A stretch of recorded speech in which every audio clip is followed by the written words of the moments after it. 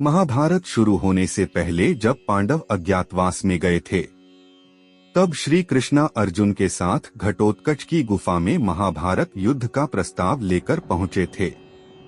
तो वो देखते हैं कि उनके पीछे कौरवों का एक गुप्तचर लगा हुआ है। अब गुप्तचर कौरवों को संदेश भेज देता है, जिस पर अंगराज कर्ण दुर्योधन के साथ पांडवों का अज्ञातवास भंग करने अपने सैनिकों के साथ घटोत्कच की सीमा में प्रवेश करते हैं और उनके सैनिक उस गुफा की घेराबंदी कर लेते हैं। श्री कृष्ण यह बात समझ जाते हैं और अर्जुन को बताते हैं, तो अर्जुन गुस्से में बाहर जाने लगता है। तभी श्री कृष्ण अर्जुन को रोकते हैं और कहते हैं, पार्थ नहीं, यह तुम क्या कर रहे हो? तुम अज्ञातवास भोग रहे हो, वो तुम्हारे लिए ही आए हैं। इस पर बर्बरीक कहते हैं, मैं महारथी कर्ण को रोकूंगा, या तो शांति से या फिर युद्ध से। तो श्री कृष्ण कहते हैं कि आपको महारथी कर्ण की शक्ति का अंदाजा भी है, उन्हें रोकना इतना आसान कार्य नहीं है। तो बर्बरीक कहते हैं कि लगता है वासुदेव आपको मेरी शक्ति का अंदाजा नहीं है, और प्रणाम करके चले जाते हैं। तो बर्बरीक अपनी गुफा से बाहर निकलकर कर्ण और दुर्योधन को प्रणाम करते हैं और कहते हैं कि कैसे आना हुआ काकश्री। तब दुर्योधन कहते हैं, बालक, हमें तुम्हारे कक्ष में प्रवेश करना है, हमें किसी की तलाश है। तो बर्बरीक कहते हैं, मेरे रहते हुए आपकी ये इच्छा तो पूर्ण नहीं हो सकती है। अब इस पर दुर्योधन क्रोधित होकर कहता है, अपनी मृत्यु को गले मत लगाओ बालक। बर्बरीक मुस्कुराते हुए कहते हैं, आप दोनों धनुर्धर हो, आप प्रयास कर सकते हो। तभी दुर्योधन कहते हैं, सैनिकों इसे यहाँ से हटाओ। तभी सैनिक आगे बढ़ते हैं और बर्बरीक में इतनी शक्ति होती है, वे सैनिकों को धरती पर पांव मारकर ही पटक देते हैं।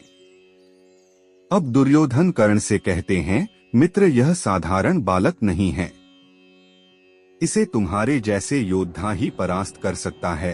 तब कर्ण कहते हैं कि बालक, हमारे मार्ग से हट जाओ, अतः तुम्हें मुझसे युद्ध करना होगा।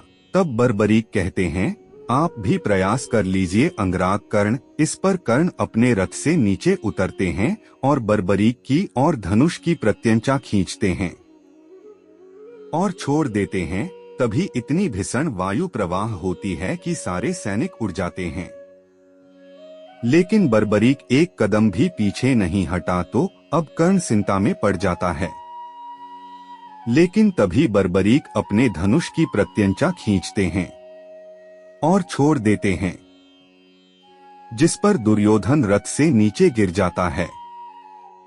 अब यह देख बर्बरीक जोर जोर से हंसने लगा और कहते हैं, आप ठीक तो है काकश्री। इस पर दुर्योधन कहता है, तुम्हारी इस कीड़ा का कर्ण उचित दंड देगा। तब कर्ण से कहते हैं, इस बालक को नरक दिखा दो मित्र।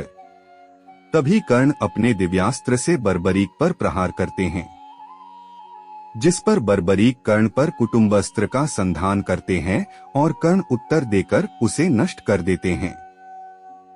इसके बाद युद्ध चलता रहता है। दोनों वीर योद्धा और भी भयानक दिव्यास्त्र छोड़ते हैं।